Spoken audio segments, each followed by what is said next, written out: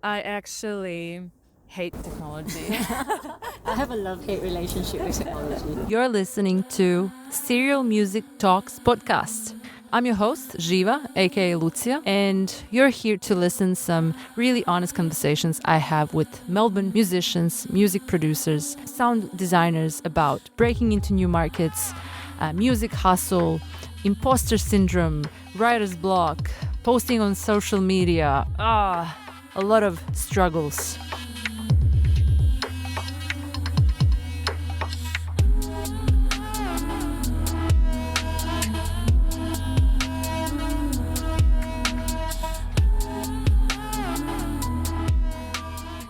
I don't know why. So this is the second episode and it's been full of technical problems every time. Yet I guess I'm in sound.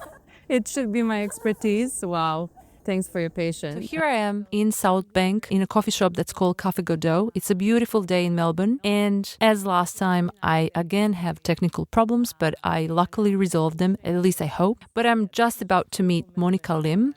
Monica Lim is an Australian-Malaysian sound artist and a composer whose work spans installations, performance art, contemporary dance, and new instrument making.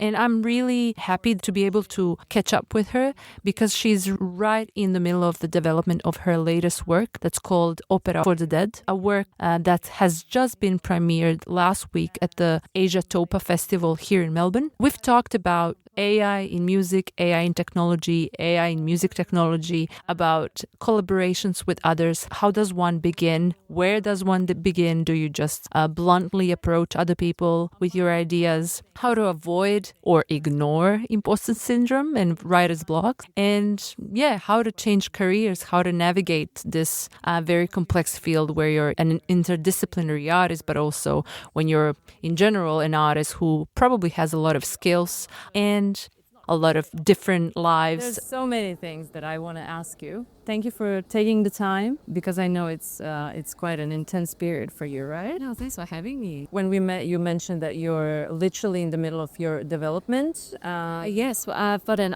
a contemporary opera. I'm not sure if it's not really straight opera. So how is it going? That's going well. Just a lot of things to get done, and again, a lot of technology. So as you know, Yeah, I don't want to, jinx it, but it all works, right? You forget. Can you tell us a little bit about it? sure, yeah. I'm working with a bunch of great artists. My co-lead artist is Mindy Meng Wang, who is also a composer and an amazing guzheng player. That's the Chinese harp.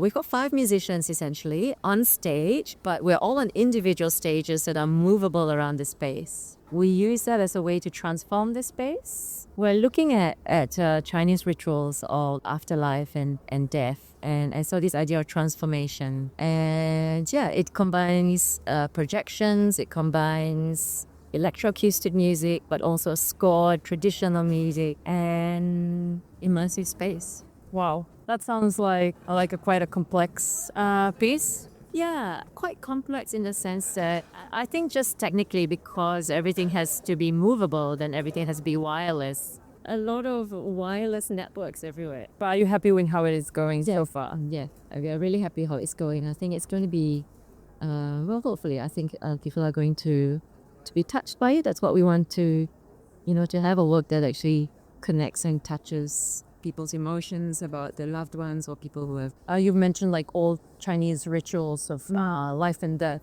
Is it also a mean to explore how technology could preserve some of those intangible heritages? Well, I think there's an interesting relationship with technology and some of the rituals now. We've got all these really ancient rituals, because we've been dealing with them from how to cope with them for a very long time. But in Asia, we've come to this point where a lot of those spiritual or ritualistic elements have become digitized. For example, it's very common doing digital wreaths now instead of real flowers. You present a LED wreath, and then you have now QR codes on the graveyards where you can read about the person by scanning a QR code. Really? Interesting ways in which, we've found a way to make some things more convenient. I really didn't know that it went that far. Yeah, yeah. And just also contradictions. Like, yeah, for example, the Chinese often, there's this ancestor worship, right? So when you have to keep burning offerings for your ancestors so that it manifests in your afterlife. For how long? Well, all during the funeral, but then we have all these anniversaries where you would just continue doing that. And this idea that, but it becomes ridiculous because now people are now burning paper, condominiums, and Chanel handbags, and Hermes. Wow. Okay, this is a completely different topic that I would love to explore, but maybe just be mindful of the time. Well, I guess you mentioned that there's like 6 performers on stage, like artists, right? So I did a bit of snooping. I did my due diligence, and I am a researcher, so it would be a bit like, hopefully I did it well. I've read that you really prefer working in teams. You love working in teams. I'm curious about your work and the way so far I approach my work in sound and in music and research has always been alone, very lonely. So I'm just curious, how come? Have you always worked in teams? Yeah, I do. How does it, like, do you approach people?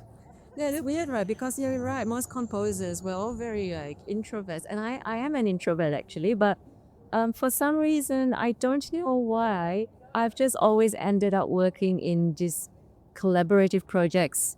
I think maybe because I'm really interested in interdisciplinary or multidisciplinary. And he was like, for me, sound is, and maybe because I'm part of this generation that we're used to multimodal, right? We're used to sound and visuals and everything. So far, I have always wanted to work with some sort of visual element in my performances, whether it's working with a dancer, or dance, or through screen, or even through my own body. That's something I've always been attracted to, and because of that, I think I've just naturally fallen into these projects with other people, and I've really enjoyed it. I mean, it's like technology. It's a love-hate thing. Like working in big groups can be so frustrating and difficult, right? You got to negotiate, compromise. But at the same time, I felt like every project where I've worked together with other people, it has become a better work because of it. You do get frustrated even if you're working alone, right? Like the frustration is there always. We begin with the situation. But yes, it's a completely different dynamic. It's not like I have a lot of experience in that, but I feel like it's really interesting because, yeah, if your work spans installations and audio visual installations and dance, which I've seen a lot of that, I guess then it sort of comes to you. Do you sometimes? I'm just curious, like if we would.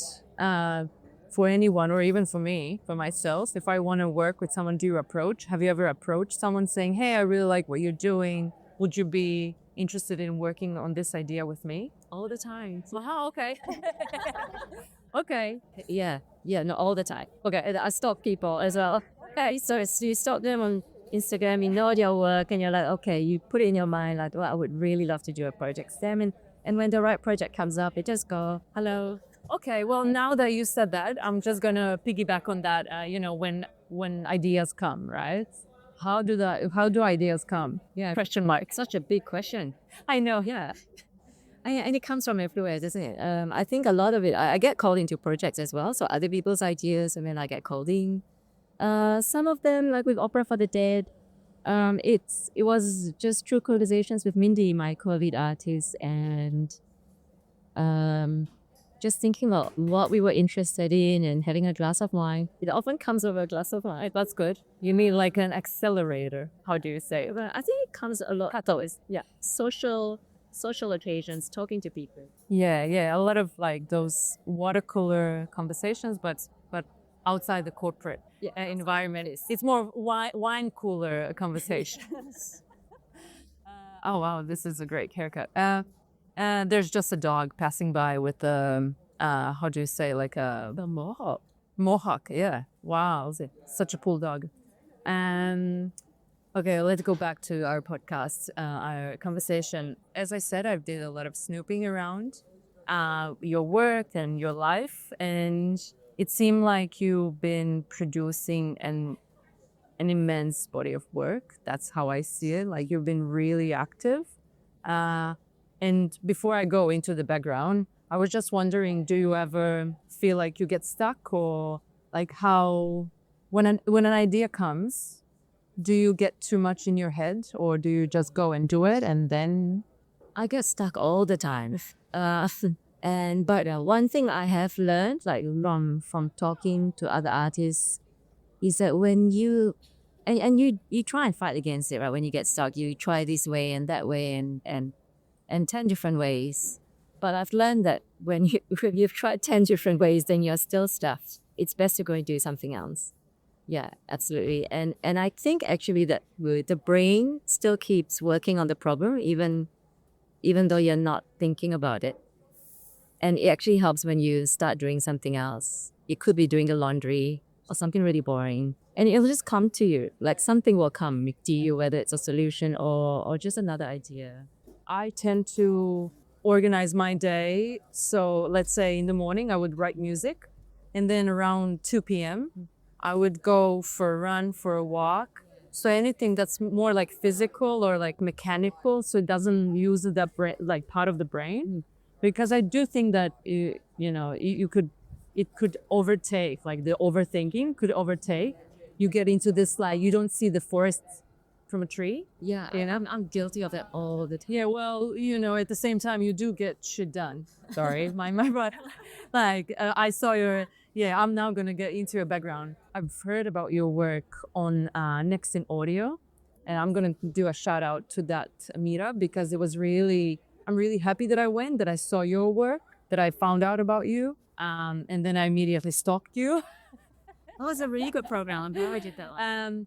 So Next in Audio is a program that runs an art center. So for anyone in Melbourne, if you're into new things in audio, please find them. I'll put them in the newsletter if I haven't already. But so I was like, okay, so you're in new instruments, but then I found out that you been like a tax accountant. Then that you've been doing bag designs. Yes. That you've been an entrepreneur. You also run a Project 11. You're now doing your PhD. You are a mom. You are like an educated pianist. You've been playing piano since the age of 4. Yeah. So when I read that, I was like, this could easily be many people. Please tell me about your journey. Well, I've always loved music, but I'm the odd one out in my family. I'm the only person in the family that actually likes music. So I had to beg my parents to let me learn an instrument when I was young. Oh, wow. Yeah, which is weird, right? Yeah. Yeah, I always thought that it's a matter of prestige for everyone. Even if they don't want you to pursue a career, they're like, oh, kids needs to play classical music. Yeah, my family, I was just the first and the only one who was interested. But then, and I was in all the orchestras, like school orchestras, school choirs and everything else. But, as it is, coming from the background that I come from, Asian family, I never saw that as a career at university. So, of course, I went and did the sensible thing. And I did law and I worked in tax consultant. And I guess maybe because I do have lots of interests. So I am interested in fashion, in visuals, in like visual arts generally. So eventually, after I had my 2 kids, I thought, no, the corporate life is not for me anymore. I'm going to try and do my own thing. And that's when I went into sort of fashion as a business. So it was like you created a brand. Yeah, I created. And it was purely for bags? It started off as bags and I went into clothing. You had your things, like your designs in retail. It's like... Yes, yeah. And up till very recently, actually, up till COVID, I had... a business partner in Indonesia. We were in the department stores there, 5 to 10 stores. Wow. Yeah, in the department stores. So it was, a big part of my life for a bit, 10 years or so. And then once the kids got older, I don't know, I just started composing again. And this is something that I would not have been able to do when I was younger. I don't know how young people compose. I was always performing and playing, but never composing. Really? But as I got older, I started being, more attracted to composition and actually creating something of my own. And that's when I thought, Okay, I did that for a couple of years on my own, and then I thought I needed feedback. I needed to learn more, and so I ended up at the VCA doing my Bachelor of Interactive Conversations. I feel like it takes a lot of courage to switch careers like that. Stupidity or Ah, no, stupidity. No. Well, okay, I know. Like it sounds like courageous. I know you don't. You might maybe you don't see yourself like that, but I think it's bold. You know, you sort of recognize what you want to do. The older you get in life, sort of sometimes things are harder. You know, like so. Yeah, you get more established in your career, so the stakes are a little bit higher. Way. yeah. So yeah, okay. I won't use the word courage, but I can use bold. But also, I do think that many people, maybe I don't know if you would agree. I from my point of view, I feel like a lot of people in our industry. So when I say our industry of sound artists, interdisciplinary artists, creative technologists, although I hate that word, I really don't like how it sounds. Any new media artists, in a way, people do have many lives, and they have many backgrounds, they have many interests. And what would you say that was like the most important thing that made you just like keep going where you were heading? Curiosity. I kept wanting to learn. The more I learned, the more I realized I had to hear it, but there was more to learn. And it's crazy. Yeah. There are so many things on my list of things I need to learn. And I think I was just so curious about how I could keep going learning. Yeah. The more I learn, the more I know I don't know. I don't know. Curiosity. Okay. I'll take that. You mentioned that you are stuck all the time, and I really, whoever hasn't heard about your work from the listeners, if they go and like Google your name, there's really a bunch of artworks that you've created. Yet you say that you are often stuck, and now listening to like transferring from all these careers and like pathways or whatever you want to call it. If someone is stuck, because I know a few people who, let's say, I have a friend who's like a filmmaker, but he does only commercial things for money. But there's like one film that he really wants to make, but it's just been on the back burner all the time. And it's always like, oh, I just need to finish this. Oh, the sound, this is not like, what would you do if you were him? I would just do it. Look, I think a lot of people get trapped into trying to do something perfect. And I think that's very dangerous. I used to be like that. And then I've just realized that's stopping me from doing things. Like, I think if you don't start, you'll never know where you end up. So often, like, the hardest thing is to just start. And then, yeah, don't aim for perfection. On the opposite, you try and do the best that you can. But if you aim for that right at the beginning, it can be really constraining. Yeah. That's a really good advice. Yeah, just like go for it. Yeah. Don't worry, you'll fix it along the way. Yeah, I guess a lot of those blockage, yeah, in any creative outlet comes from maybe fear of being rejected or not being good enough, or like constantly questioning yourself. And that's how I feel like. I feel like you also, I don't know about you, but I get intimidated sometimes when I see other people's work and I'm like, whoa, this is huge, right? Like, how can I ever get there? Yeah, but then you realize that everyone feels that way. Sure. Yeah, and no one can be an expert in everything. No, right. Everyone has strong points in something, weak points in something else. Yeah, that's true. Well, this actually brings me to your Project 11. Yes. Yep. So apart from having your own art practice, this is like an initiative you started with your partner. Yes, that's and it's actually aimed to help experimental artists, like I guess niche artists or people who are in this playful field of everything. So can you tell me a little bit about that? Yeah, so Project 11, it's with my partner, Confer, my husband. And I guess we've been very lucky in life in the sense that, we've managed to financially do quite well and be independent in the things that we do. But we both love art. I love the performance arts generally, but Confer loves the visual arts. He's really into it. He actually used to study visual arts and then decided, nay, that he probably didn't have the talent or commitment to be a visual artist. But yeah, there are so many things, especially with experimental arts, as you know, they're not commercial, so it's hard to sell. It's hard to make any sort of living from it. Like if you're talking to a performance artist, very rarely, unless you're very successful, can you actually make a living out of. But these are such.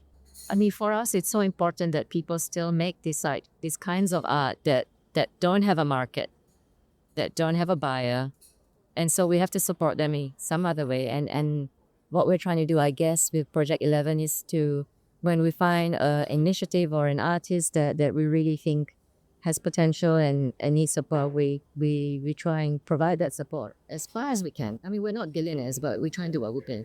So it's sort of like you could say like a management for sorry, I'm just like immediately making connection with the music. It seems like sometimes when you get someone from the industry who has some money and wants to invest in someone who's a bit smaller and emerging, you seem like you're doing that, but for experimental art. Yeah, I mean, in a way. we don't manage. We provide the finance, but and we keep out of the management of the artists because I think they need freedom. But yeah, it's just providing them and some financial support, and also because we've got networks here in terms of institutions, also helping them have the connections with the institutions. This immediately sparked two questions. Well, the first question is like, do you think there's difference between how things are here in Australia and the rest of the world? How is it in Malaysia, or I don't know, can you compare? Yeah, I mean, hugely different. I don't know about the rest of the world, but certainly in Southeast Asia where we're from, there is almost, there's extremely very little government support, for example, for experimental arts. So artists are pretty much on their own. They either raise funds themselves, they manage to have some sort of patron or buyer, and that's it. So I think in a sense we're really lucky in Australia that we do have Creative Australia, Creative Victoria sources of funding. At the same time, it can be a double-edged sword because I feel like maybe the urgency, in Asia, if you're not a good artist, you just want on Sabat. You would have long ago gone and do something else. And do you think that then also affects the scene, like, and the quality of work? Maybe. Yes. I mean, the experimental scene in Malaysia suddenly is very small. The quality of the work, it's hard to say. I'd say that in the visual arts, and the quality of artists coming out of Asia is extraordinary. And they are in the major institutions worldwide. I know it's a hard question. Difficult one because it's so individualist. Yeah. I'm just like maybe looking from a lens where I come from Croatia. Yeah.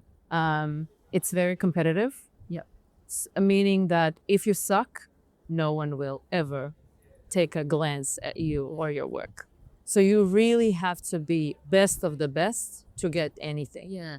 And sort of that drive really then drives it's incredible work. It's questionable if it's exclusive because it's like that is just the way it is because it's a small country and no one cares about experimental art. But I'm just curious now that you're on the other side, because through Project 11, you probably gained a lot of insight on how things work in the bureaucratic view, or I don't know, statistical view, and like. Yeah, I mean, I guess one of the reasons why we started Project 11 was from a funding perspective in Asia. The kind of artists that we think deserve support because they're taking risks, they are not getting any support. Others. Yeah, no, it's a fantastic initiative. I really think that's, and yeah, I always feel like the best initiatives come from artists themselves. You're acting as an artist, but you're also now on the other side trying to help other artists, and you sort of know what they need. Yes, what the challenges are. Yeah, like the empathy, like you can just like empathize much better than some random people. I don't know. Yeah, so what I also was really interested, like, well, you're now doing a PhD at University of Melbourne. Yes. Can I ask how is that going? Oh, good. I think I've almost passed. Well, I got with some minor revisions. So as soon as I do those minor revisions, I'm done. Yeah. Wow, nice. Okay. Well, I saw that a lot of your work, such as Simulacra, yes, uses AI, but it's from what I could tell is a sort of a commentary on generative AI. Yes. And I think I really wanted to ask you, have this conversation about, what do you think about AI's role in creative agency? Because we live now in this era defined by generative AI and like ChatGPT and now this DeepSeek and everything. And there's a huge question of authorship and agency. Yeah. I think what is interesting is that a lot of people, even some artists, are not aware that by using any sort of generative AI, you're using someone else's work. So where do you think this is heading specifically within the music field, let's say? Let's start with that. Yeah, so Gen AI, I think, look, it's going to be prevalent for anyone who's working in a more commercial environment where you are producing music that, of course, needs certain expectations, commercial expectations. So you're doing advertising music or even certain soundtracks to cinema, for example. That's going to be very easily replaced by Gen AI. I think in a more niche field, what I'm working in, for example, there is no danger of being replaced by Gen AI because just purely from the fact that I think that this deluge of synthetic music is going to make the human and the creative even more valuable. So actually, anyone who is interested in creativity and creating works that are truly, an expression of their thoughts and their feelings, that's going to become even more and more appreciated and wanted by audiences. Opera for the Dead is a work that doesn't use any AI whatsoever. So no matter how the field goes with Gen AI, I feel like there's always still so much to do without AI. There will always be so much to do without AI. Like, there's nothing beats watching someone sing right in front of you. Having said that, I think AI in general, I'm really interested in small data AI as a tool for creative expression. So could you give us an example? So training my own models with my own data, say to be a co-composer or co-improviser with myself. That's something I've been sort of working on. And you don't have the ethical issues of Gen AI stealing. You're not stealing anyone's data. You're using their data, but you're just using AI as another creative tool.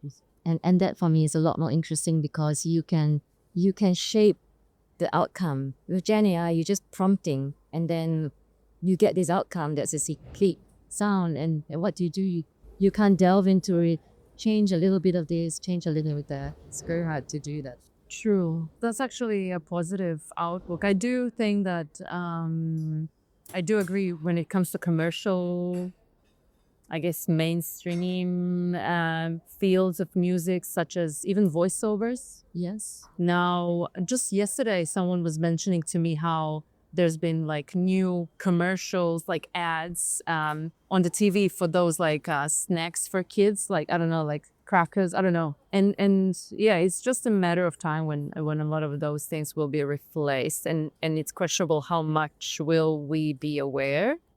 Yes, yeah. But yeah, for niche musicians and artists, yeah, I guess it's like an experimentation. But then, do you think there's any? Well, you're also in the field of making new instruments, and you pretty much work with bespoke technology a lot of your time. Yes. Yeah. And do you find yourself to be like a techno pessimist or techno optimist? I know it's like I actually met some people who are working with technology, and they're techno pessimists. So that's why I was like, okay, I literally have to ask this question because I don't know, maybe you want to investigate it further and see how it's going to crush the world or not. Yes. Well, yeah, I don't know. I think it may very well crush the world, but we'll be making great music. What's crushing?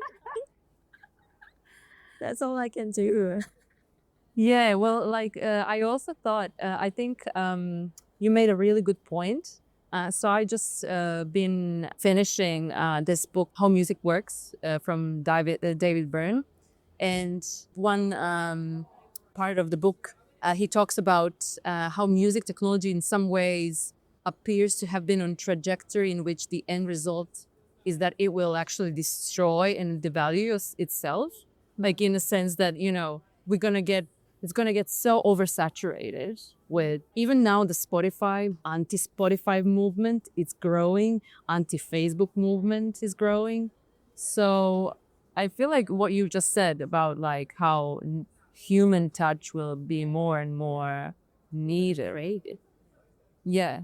And I think it's really interesting now that you mentioned, if we go back to the very start of our conversation about the opera and how people are sending digital flowers, and I find it really interesting that I can't believe that that's actually happening.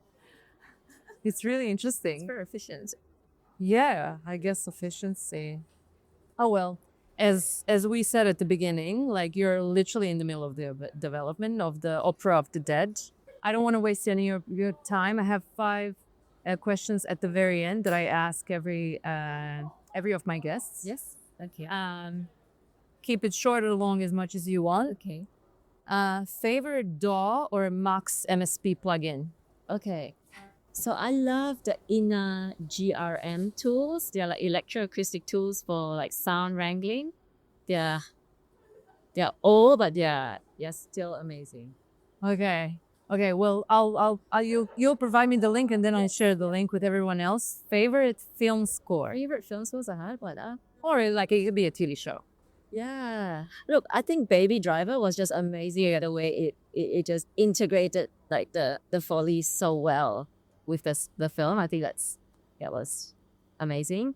But you know, I sound wise like Morricone's spaghetti westerns. I love those. Favorite Melbourne-based musician, band, sound artist, pick whatever. Yeah. But I like Hiatus Coyote, I think has managed to still be really quirky and just keep experimenting despite commercial success. Other than that, now I've got one of my mentors at the BCA, Kate Neal, is an absolutely amazing composer, and I truly admire like her approach to composition. Okay, we'll share her work. Most inspiring piece of writing you've read so far? So a book for whatever, poem. Oh, gosh. You let me know. Actually, no, that's just too many. I know. Okay, no. Sorry. That's okay. That's okay. Well, look, I literally pulled you out of your development mode. I'm really happy. I understand what it means to be deep into developing something. So thanks. And the last question is the best underrated music you think everyone should hear. I'm sorry. I'm killing you with these questions. I'm sorry. Okay. Experimental music. I think everyone should hear it, but oh my gosh, it's like yeah, it's funny because like my whole family, they're into the Taylor Swift, and also whenever they hear my type of music, they're just not interested. So I suppose I would really love for people to be open to different sounds. Well, for example, if someone from your family is like, hey, Monica, I really want to understand your music. Give me the first thing that I should listen. Maybe not from you, but like what should be the first thing they should listen as an introduction to experimental music or it's sound art? I think we go back to the early days of music concrete and some of those early recordings, Keshafa. I think as you then start to then think of music not just as pretty melodies and notes, but this phenomenon of sounds that could be anything, that's when you start to open up the possibilities of what you enjoy listening to. Yeah. I feel like that's why, I'm just gonna, but I think that's why generative AI, and I can only go into Spotify from there, is a dangerous thing because it creates an echo chamber where you think that you have control over choosing what you want to explore and you think that you're discovering new things. Yeah. But I think that's under a huge question mark. That's right. It's just regurgitating, right? Different versions of. Yeah. So you think that you're just like learning new artists, new sounds, but are you? Okay, I'm gonna send you an email for that one question.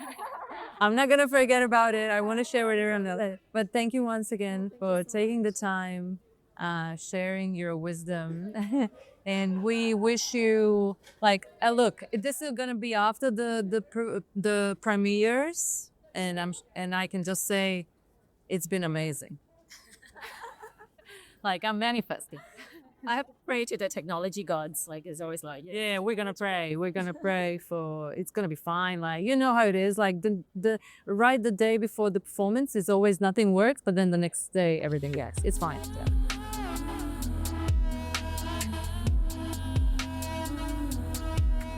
You're listening to Serial Music Talks podcast.